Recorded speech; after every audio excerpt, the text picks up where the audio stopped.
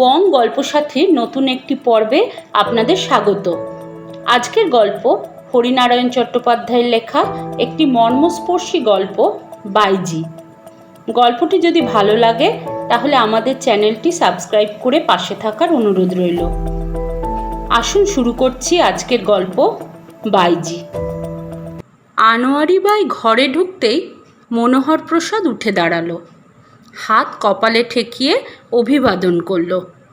তারপর নিজের মেহেদি পাতা রঙের ছোপানো দাড়িতে হাত বোলাতে লাগলো। আনোয়ারি বাই কার্পেটের ওপর বসলেন, মনোহর প্রসাদের মুখোমুখি। আজকাল বেশিক্ষণ আর দাঁড়িয়ে থাকতে পারেন না, কোমর টনটন করে। বাতের মরশুম শুরু হয়েছে কি না, ভরা শীতকালে আর উঠে হেঁটে বেড়াতে দেবে না। মাঝে মাঝে আনোয়ারি বাইয়ের খুবই আশ্চর্য লাগে। মনেই হয় না এই বছর 12 আগেও হাঁটু মুড়ে বসে ঘন্টার পর ঘন্টা গান গেয়েছেন। রাত ভোর হয়ে গিয়েছে ঠুংরি আর গজলে। এখন একটা দুটো গান গাইতে গেলেই কেমন হাঁপ ধরে। কি ব্যাপার ভাই সাহেব, ভোর ভোর? আনোয়ারি বাই চুল সরু খাঁচ ফেললেন কপালে। এত ভোরে ঘুম ভাঙানোতে মেজাজ খুশ নয় মোটেই। একটা জরুরি খবর ছিল।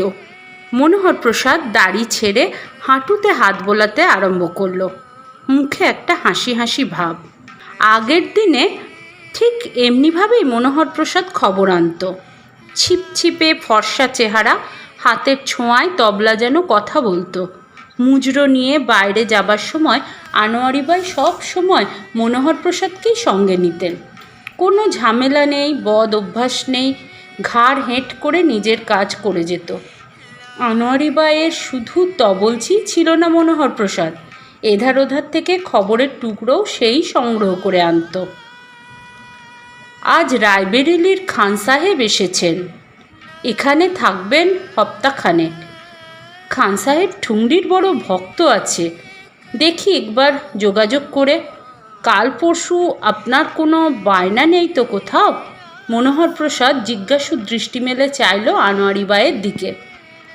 না না, বায়না আর কোথায়? আনোয়ারি বাই ঘাড় নাড়লেন। বায়না থাকলে আর তুমি জানতে পারতে না? তা ঠিক, মনোহর প্রসাদও ঘাড় নেড়েছে। এমনি নানা খবর। আজ রাত্রে মির্জা হোসেন আসবেন গান শুনতে। সন্ধ্যার ঝোঁকে মনোহর প্রসাদ সংবাদ আনল। আজ রাতে? সর্বনাশ! বিস্ময়ে আনোয়ারি বাই চোখ কপালের মাঝ বরাবর তুলেছেন। আজ যে ডাক্তার জনার্দন শুকুল আসবেন, 3 দিন আগে খবর পাঠিয়েছিলেন। ও ঠিক আছে, নিস্পৃহ গলায় উত্তর দিয়েছেন মনোহর প্রসাদ। আমি তাকে বারণ করে এসেছি, বলেছি আপনার তবিয়ত খারাপ, দিন 7 পরে আবার আসর বসবে। কিন্তু কাজটা কি ঠিক হলো ভাই সাহেব? আনোয়ারি বাই আমতা আমতা করছেন। মির্জা হোসেন কাল সকালে হায়দ্রাবাদ ফিরে যাচ্ছেন। বছরখানেক আগে আর এমুখো হবেন না। আর শুকুল সাহেব তো ঘরের লোক আছে। আনোয়ারি বাই রাজি। কোনো দিন মনোহর প্রসাদের কথার উপরে কথা বলেননি। এটুকু জানতেন যে মনোহর প্রসাদ যা করবে আনোয়ারি বাইয়ের ভালোর জন্যই করবে, নিজের দিকে চাইবে না, গায়েও মাখবে না দুঃখ কষ্ট। শুকুল সাহেবের চেয়ে মির্জা হোসেন পয়সা কম ঢালবে বলে নয়, হোসেন সাহেব হচ্ছে গানের অনেক বেশি সমজদার। ঠিক জায়গায় তারিফ করতে জানেন, বুঝতে পারেন গলার সূক্ষ্ম কাজের কেরামতি। শুকুল সাহেবের এসবের বালাই নেই। গান শুরু হতেই তাকিয়ায় ঠেস দিয়ে শুয়ে পড়েন। ঠিক গান শেষ হবার সঙ্গে সঙ্গে ঘুম ভেঙে উঠে ঘাড় নেড়ে বলেন, ক্যা বাত ক্যা বাত! বড় মিঠে গলা বাইজি, ভারী মিঠে। আজ নিশ্চয়ই এসব কথা বলতে মনোহর প্রসাদ আসেনি। গান ছেড়ে দিয়েছেন আনোয়ারি বাই। মনোহর প্রসাদ আর তবলা ছইও না। গান বাজনার সাথে তার সম্পর্ক নেই, কিন্তু হৃদয়ের সম্পর্ক ঘোচেনি। সময় পেলেই মনোহর প্রসাদ ঘুরে যায় একবার, পা মুড়ে বসে ফেলে আসা সুখ দুঃখের গল্প করে। জমানা বিলকুল বদলে গেছে, সেই সম্বন্ধেও আক্ষেপ করে। আনোয়ারি বাই বিস্মিত হলেন, হেসে বললেন, আর জরুরি খবর দরকার কি ভাই সাহেব? 3 কাল গিয়ে 1 কালে ঠেকেছে। এবার যা কিছু জরুরি খবর আসবে একেবারে ওই ওপার থেকে। মনোহর প্রসাদ এ কথার কোনো উত্তর দিল না। মাথা নিচু করে কার্পেটের একটা ফুল খুঁড়তে খুঁড়তে আস্তে আস্তে বলল, মতি এসেছে শহরে। মনোহর প্রসাদের কথা টুকরো কানে যেতেই আনোয়ারি বাই টান হয়ে বসলেন। একটা হাত রাখলেন কানের পাশে। মনোহর প্রসাদের দিকে ঝুঁকে পড়ে বললেন, কে কে এসেছে? কে এসেছে শহরে? মনোহর প্রসাদ মাথা তুলল, গলাও চড়ালো একটু। মতি এসেছে, মতি। খবরের কাগজে বেরিয়েছে মেজর বর্মা লখনৌতে বদলি হয়ে এসেছেন। বুঝতে বেশ একটু অসুবিধা হলো আনোয়ারি বায়ের। অস্পষ্ট কতগুলো হিজিবিজি রেখা, অর্থহীন সামঞ্জস্যহীন। বিড়বিড় করে উচ্চারণ করলেন কিছুক্ষণ, মতি, মতিবাই, মতিবাই এসেছে শহরে। 2-1 দিনের কথা নয়, 1.5 যুগের বেশি। তখন কত বয়স হবে মতির? বড় জোর 5 কি 6। দুপাশে বেনি দোলানো, রঙিন সালোয়ার পাজামা পরা ফুটফুটে মেয়ে। ছুটে ছুটে বেড়াতো এ বাড়ি থেকে ও বাড়ি। দুনিয়ার লোকের সঙ্গে তার দোস্তি। চেয়ে চেয়ে আনোয়ারি বায়ের আশ আর মিটত না। কোনো দিন যে মনের মানুষের সঙ্গে ঘর বেঁধেছিল আনোয়ারি বাই, পাতানো নয়, সত্যিকারের স্বামী স্ত্রী। পরের যুগের গজল ঠুংরি খেয়ালের সুরে বাঁধা জীবন নয়, পা ফেলা নয় তবলার বোলের তালে পা মিলিয়ে। এ মধ্যবিত্ত জীবনের সুখ দুঃখে ঘেরা জীবন, সামাজিকতার গণ্ডির মধ্যে সাবধানে পা ফেলে চলা। মতি আনোয়ারি বায়ের সেই ফেলে আসা জীবনেরই চিহ্ন। শুধু মাঝে মাঝে আনোয়ারি বাই চমকে উঠতেন, আগুন জ্বলে উঠত মাথায়, যখন 2-1 জন গানের ওস্তাদ, আশেপাশের 2-1 জন রসিক আদমি মতিকে আদর করতে করতে বলতো, আর কেন আনোয়ারি, এবার মেয়েকে গান বাজনা শেখাতে আরম্ভ করো। এখন থেকে শুরু করলে তবে বয়সকালে মার মতন মিঠে গলা পাবে, নাম রাখবে লখনৌর। মুখে আনোয়ারি বাই কিছুই বলেননি, কিন্তু মনে মনে শিউরে উঠেছেন। মানুষজন সব সরে যেতে, বাড়ি খালি হয়ে যেতে মতিকে বুকে জড়িয়ে ধরে অঝরে কেঁদেছেন। মতির ঠোঁটে গালে চুমু খেতে খেতে বলেছেন, না, তোকে আমি কিছুতেই এ পথে নামতে দেব না, কিছুতেই না। মনের ইচ্ছাটা আড়ালে ডেকে মনোহর প্রসাদকে বলেও ছিলেন অনেকবার, মতিকে আমি সরিয়ে দিতে চাই ভাই সাহেব, এখান থেকে সরিয়ে দিতে চাই। নাচ গান হই হল্লা এসব যেন ওর জীবনে কোনো দিন না আসে। মনোহর প্রসাদ আশ্চর্য হয়ে গিয়েছিল। এ আবার কি কথা? আনোয়ারি বায়ের মেয়ে গান বাজনা শিখবে না তো বেনারস গিয়ে কি মালা জপবে বসে বসে? তীর্থধর্ম শুরু করবে উঠতি বয়সে? তীর্থধর্ম করবে কেন এ বয়সে? ও সংসার করবে, মনের মানুষকে সঙ্গে নিয়ে ঘর পাতবে। নিজের ফেলে আসা সাজানো সংসারের কথা ভেবেই আনোয়ারি বাই উদ্গত নিঃশ্বাস চাপলেন। সংসার করবে মেয়ে, তা বেশ, কিন্তু জেনে শুনে চকের আনোয়ারি বাইয়ের মেয়েকে কে এগিয়ে আসবে বিয়ে করতে? ওড়না ফেলে কে মাথায় ঘোমটা দেওয়াবে? 2-1 জন কাঁচা বয়সের কচি ডানা মেলে সবে উঠতে শেখা ছোকরা হয়তো রাজি হতেও পারে। বিয়ের ভরং করে নিয়ে গিয়ে ফুর্তি করবে কদিন, তারপর শখ মিটলে কিংবা বাপের দেওয়া মাসোহারা বন্ধ হয়ে গেলে পালাবে মতিকে ফেলে। তখন কাজটা যে সোজা নয় তা আনোয়ারি বাই ভালোই জানেন, আর জানেন বলেই মনোহর প্রসাদকে ডেকেছেন শলা পরামর্শ করতে। একটা উপায় আছে। আনোয়ারি বাই এগিয়ে এসে একটা হাত রাখলেন মনোহর প্রসাদের হাতের ওপর। কী উপায়? মনোহর প্রসাদ নড়ে চড়ে সোজা হয়ে বসল। বার কয়েক ঢোক গিললেন আনোয়ারি বাই। কপালে জমে ওঠা ঘামের বিন্দু সুরভিত রুমাল দিয়ে মুছে নিলেন। তারপর বললেন, এমন করা যায় না ভাই সাহেব, আনোয়ারি বায়ের মেয়েই নয় মতি, ছেলেবেলায় বাপ মা হারা কোনো অনাথ, 3 কুলে দেখবার কেউ নেই, কোনো ভদ্রলোক যার ছেলেপিলের স্বাদ অথচ ভগবান কিছু পাঠাননি কোলে, তেমন কেউ মতিকে নিতে পারে না, নিজের মেয়ের মতন করে মানুষ করতে পারে না? সর্বনাশ, বিলিয়ে দেবেন মেয়েকে? কিন্তু মেয়েকে ছেড়ে আনোয়ারি বাই বাঁচবেন কি করে? আনোয়ারি বাই বাঁচতে চায় না, মেয়েকে বাঁচাতে চায়। আনোয়ারি বাইয়ের গলা ধরা ধরা। মনোহর প্রসাদ বোঝাতে চেষ্টা করল, ব্যাপারটা আনোয়ারি বাই ভালো করে ভেবে দেখুন। হঠাৎ উচ্ছ্বাসের ঘোরে এমন একটা কাজ করলে আফসোসের অন্ত থাকবে না। শেষ জীবনে যখন পঙ্গুত্বের অভিশাপ নামবে, দেহ জোরাগ্রস্ত হবে, হাজার চেষ্টাতেও যখন গোলা মিঠা সুর ফুটবে না, তখন তো এই মেয়েকে আশ্রয় করেই তো বাঁচতে হবে।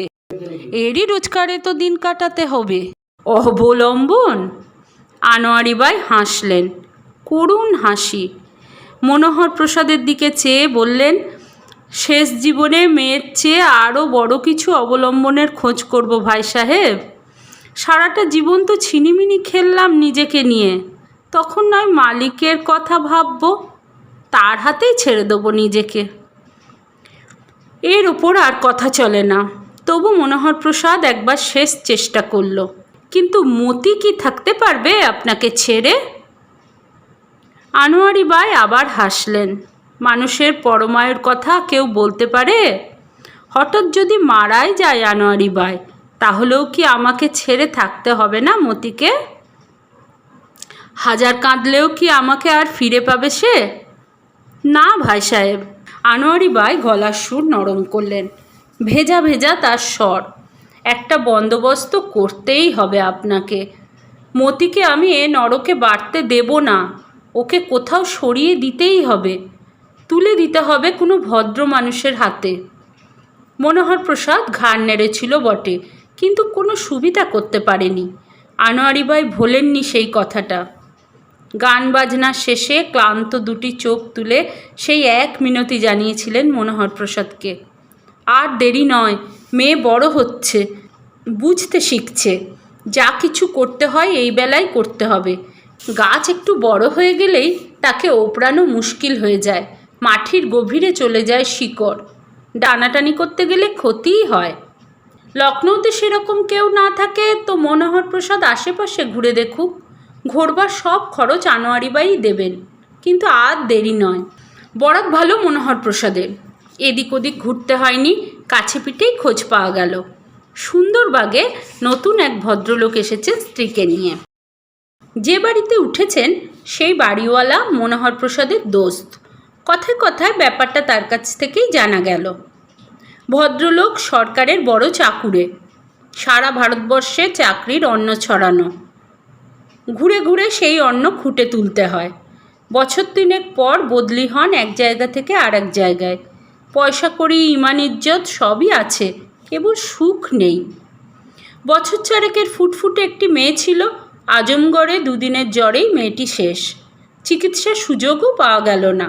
সেই থেকেই ভদ্রলোকের স্ত্রী অনবরত কাঁদেন আর বুক চাপড়ান, অভিশাপ দেন ভগবানকে। ভদ্রলোক এসব কিছুই করেন না।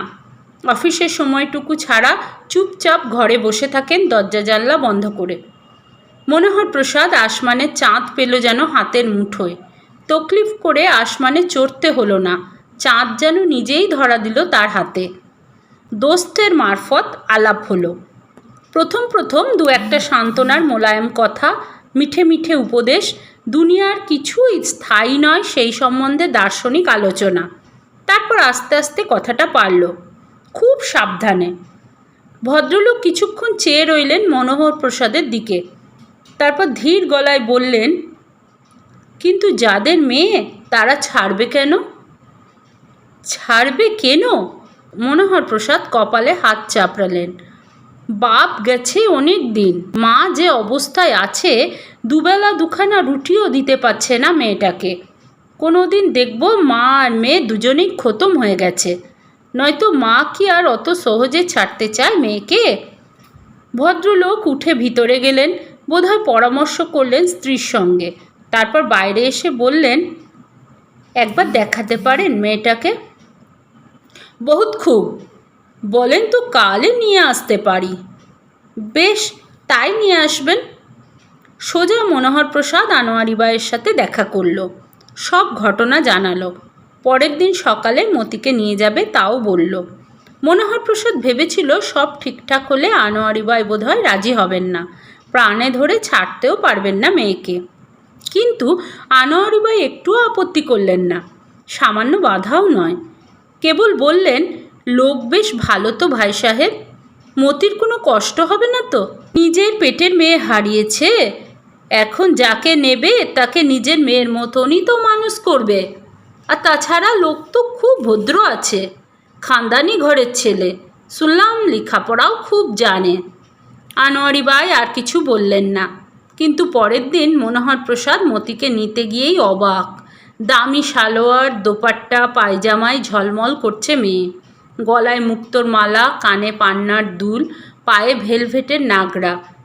সর্বনাশ, এই বুঝি অভাব অনটনে দিন কাটানো মেয়ের পোশাকের বহর? কথাটা মনোহর প্রসাদ বলল আনোয়ারি বাইকে। তো সব দামি জামা গয়না পরিয়েছেন কেন? গরিবের মেয়ে, এই কথাই তো জানানো হয়েছে।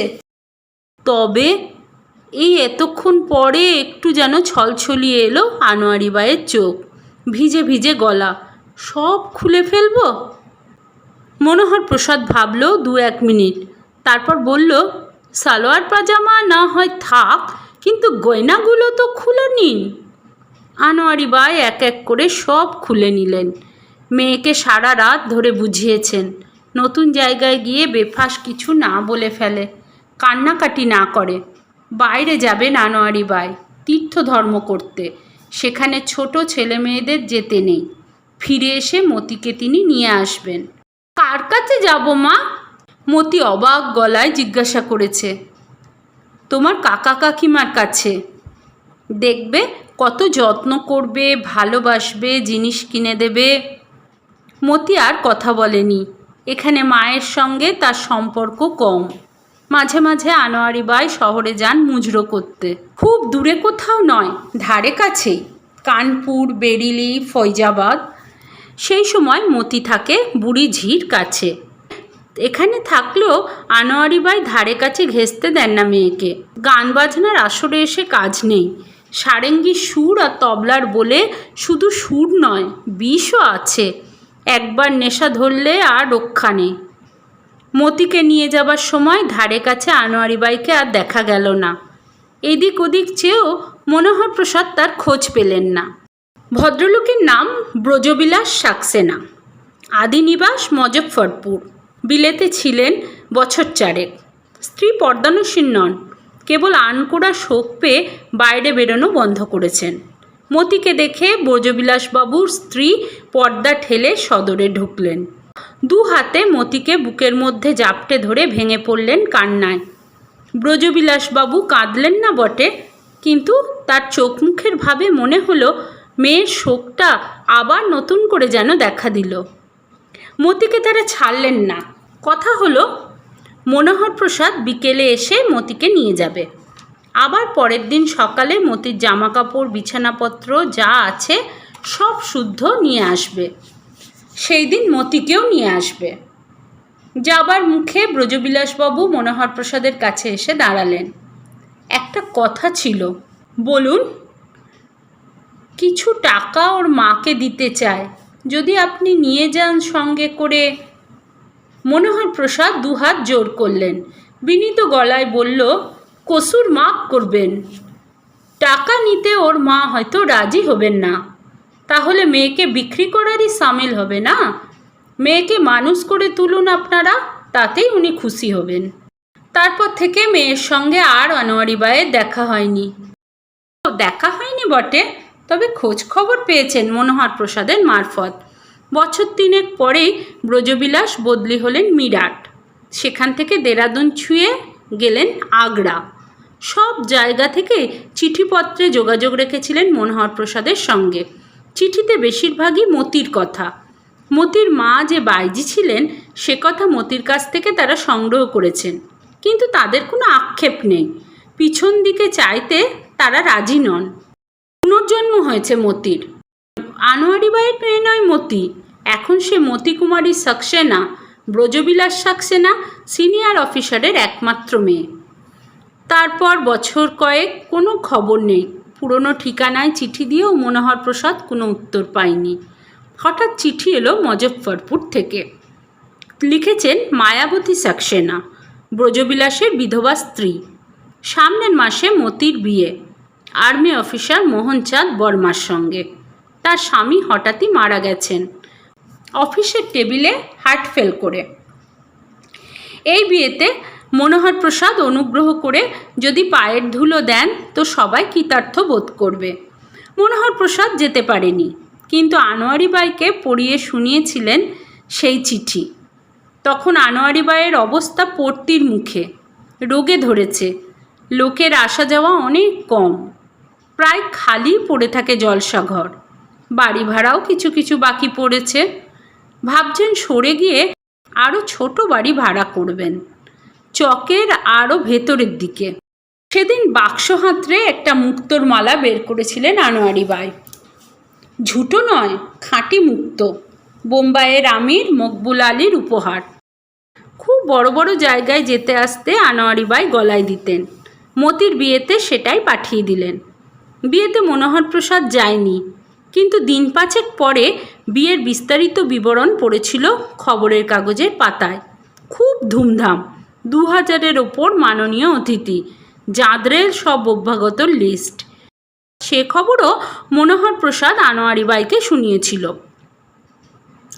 আজকাল কী যে হয়েছে আনোয়ারি বাইয়ের, বোধহয় বয়স হয়েছে বলেই একটুতেই জল জমা হয় চোখের কোণে, দুটো ঠোঁট থরথরিয়ে কাঁপে, আর ঠিক বুকের বাঁ পাশে অসহ্য যন্ত্রণা হয়, নিঃশ্বাস ফেলতেও কষ্ট হয়।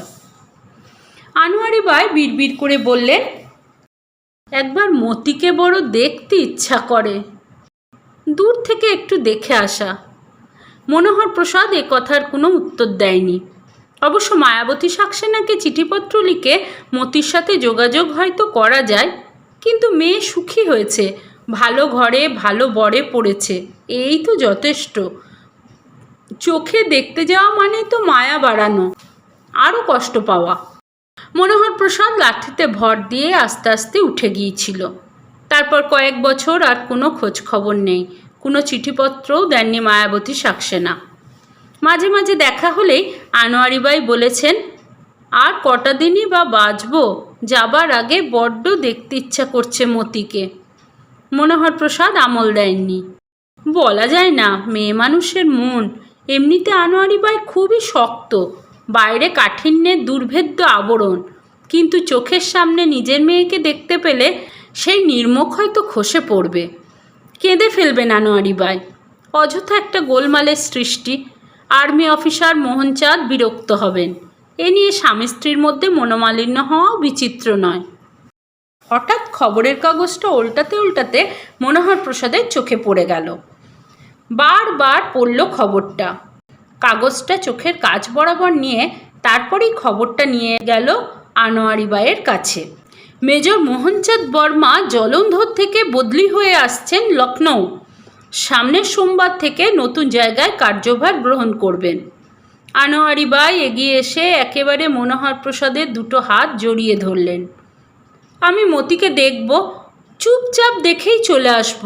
ওর বাড়ির রাস্তায় বসে থাকব, ও বাইরে বেরোবার সময় একবার শুধু চোখের দেখা দেখে আসব।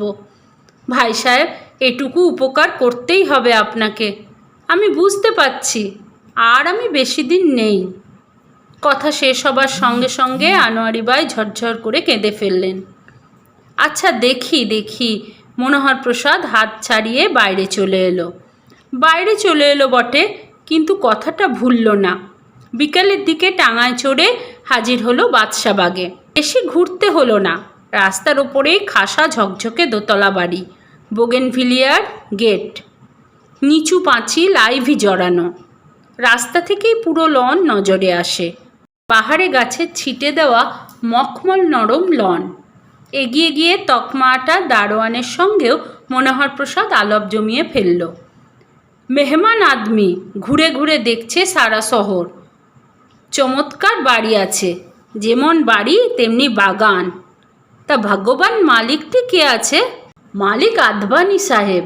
দারোয়ানের ভাগ্যে এমন শ্রোতা সচরাচর জোটে না। টুলে বসে আয়েশ করে আস্তে আস্তে বলতে শুরু করলো, মালিক তো আদবানি সাহেব আছে, উপস্থিত ভাড়া নিয়েছেন মেজর বর্মা, নতুন এসেছেন এখানে, সামনের রবিবার খানাপিনা আছে, শহরের জাদরের লোকেদের আমন্ত্রণ আছে। এখানকার সমাজে পরিচিত হতে চান মেজর সাহেব। বটে? মনোহর প্রসাদ কল্পিত বিস্ময়ে চোখ কপালে তুলল। খানাপিনা তাহলে কোথায় হবে? কার্লটন হোটেলে? উহু, হোটেলে কেন? সাহেব এই লনেই বন্দোবস্ত করতে বলেছেন।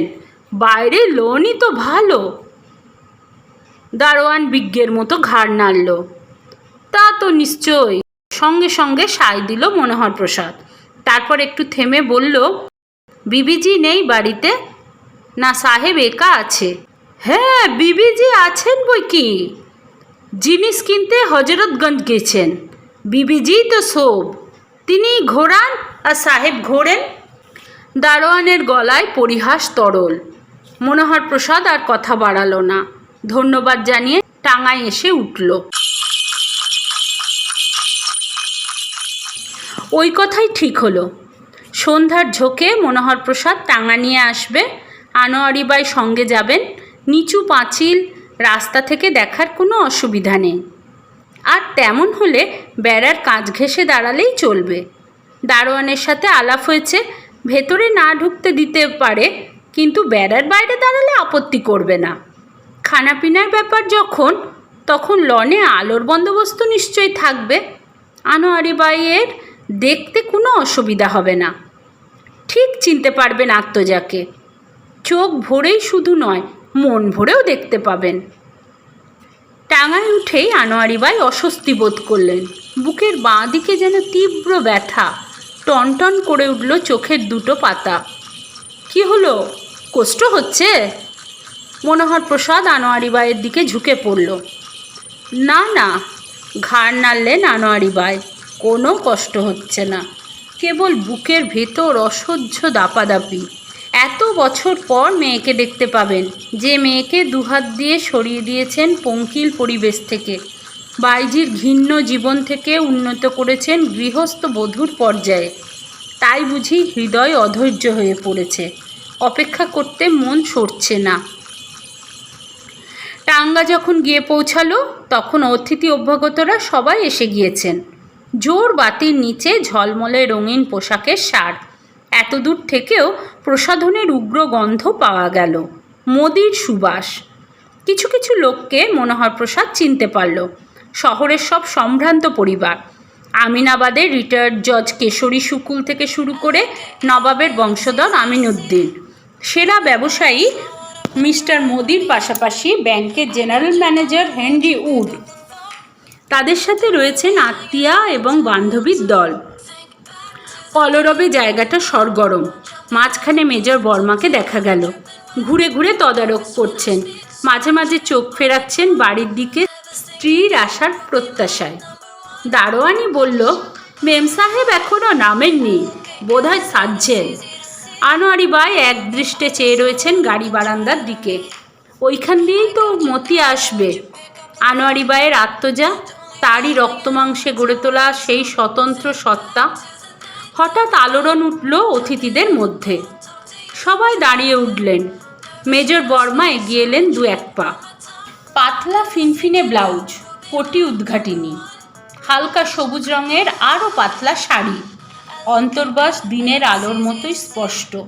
আঁকা ভ্রু, ঠোঁটে কৃত্রিম লালিমা, দু গালে রুজের রক্তিম আমেজ, সুরমা টানা দুটি চোখকে আয়ত করার দুর্লভ প্রচেষ্টা, চূড়ো বাঁধা কটা চুলের রাশ।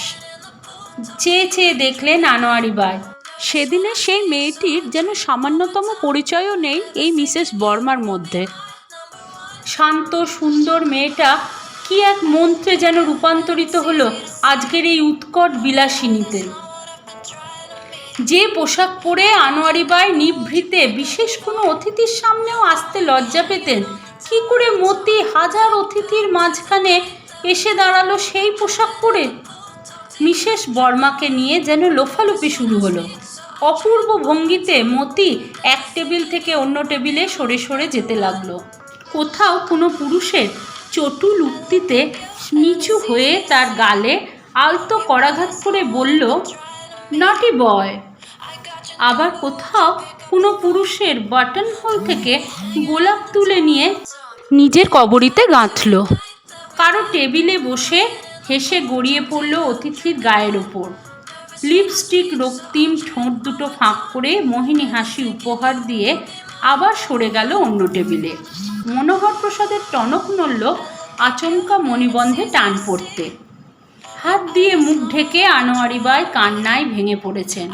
থরথর করে কাঁপছে তার গোটা শরীর। টাঙা অপেক্ষা করছিল। আর দেরি করল না মনোহর প্রসাদ। সাবধানে আনোয়ারি বাইকে ধরে গাড়িতে নিয়ে এলো। কি ভাগ্যিস জোর ব্যান্ড শুরু হয়ে গেছে লনে। আনোয়ারি বাইয়ের এই উচ্ছ্বসিত কান্নার আওয়াজ কারো কানে যায়নি। কি হয়েছে আপনার? শরীর খারাপ লাগছে? মনোহর প্রসাদ উদ্বিগ্ন গলায় প্রশ্ন করল। এতদিন পরে নিজের মেয়েকে চোখের সামনে দেখলে কষ্ট হওয়া তো খুবই স্বাভাবিক। এই জন্যই আনতে চাননি আনোয়ারি বাইকে। না না, শরীর আমার খুব ভালো আছে। কিন্তু কিন্তু কি হলো ভাই সাহেব? বাইজির মেয়ে বাইজিই হয়ে রইল। ছেলেবেলা থেকে কাজ ছাড়া করেও রক্তের দোষ ছাড়াতে পারলাম না। পোশাক আশাক, রং ঢং, চাল চলন এসব তো চকে রাস্তায় দাঁড়ানো বাইজিদেরও যে হার মানালো। এ কি হলো ভাই সাহেব? এ আমার কি হলো?